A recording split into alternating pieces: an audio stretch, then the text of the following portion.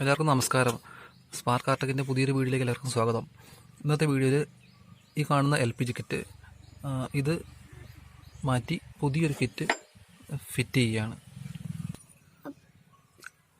അതിനുവേണ്ടി 10, 13, 17 സൈസ് സ്പാനറുകൾ ആവശ്യമാണ്.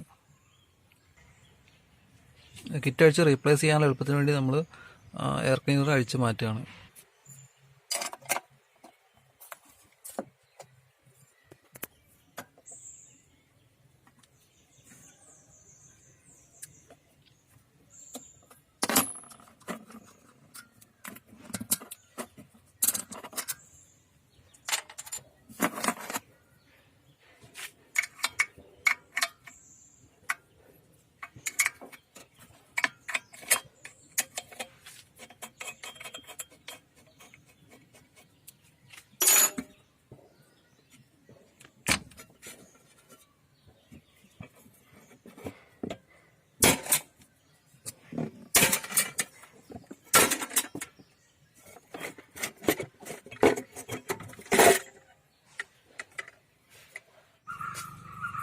ടാങ്കിനുള്ളിൽ നിന്ന് ഹൈ പ്രഷറിൽ വരുന്ന LPG വേപ്പറൈസറിലെത്തുകയും ശരിക്കും ഇതിന് വേപ്പറൈസർ എന്നാണ് ശരിക്കും പറയാം, LPG കിറ്റെന്ന് പറയും.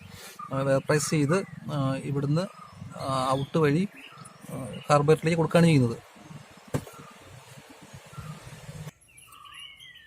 അതുപോലെ തന്നെ കിറ്റിൻ്റെ പ്രവർത്തനത്തിന് ഹോട്ട് വാട്ടർ ആവശ്യമാണ്.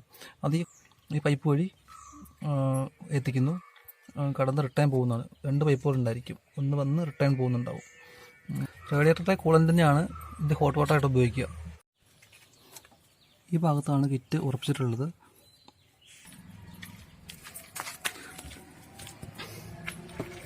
പതിനേഴ് സൈസ് നട്ട് ഊരെടുത്ത് നമുക്ക് കിറ്റ് മാറ്റിയെടുക്കാം.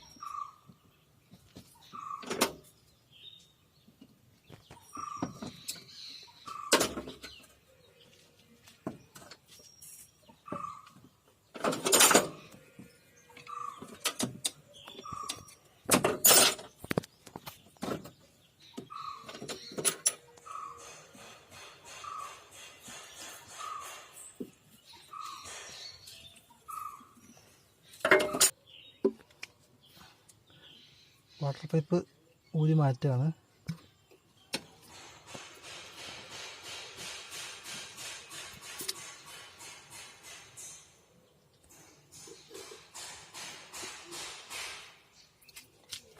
ഇതാണ് വേപ്പറൈസർ. പുതിയ കിറ്റാണിത്. യൂണിടാക്സ് കമ്പനിയുടെ കിറ്റാണ് വരുന്നത്.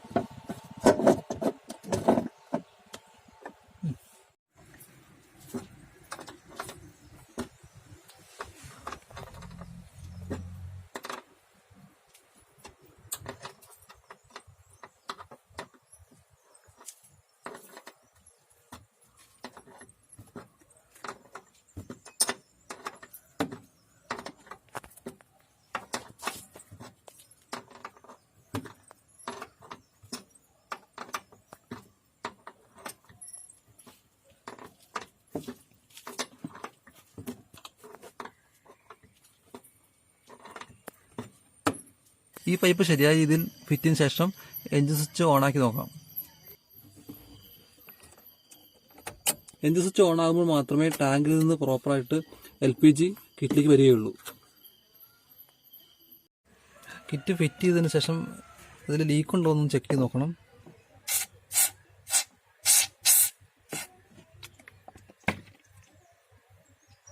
ലീക്ക് ഉണ്ടെങ്കിൽ ഇവിടെ ബബിൾസ് വരുന്നതായിരിക്കും. ഈ കിറ്റിൻ്റെ വില 3500 രൂപയാണ് റീറ്റെയിൽ വില.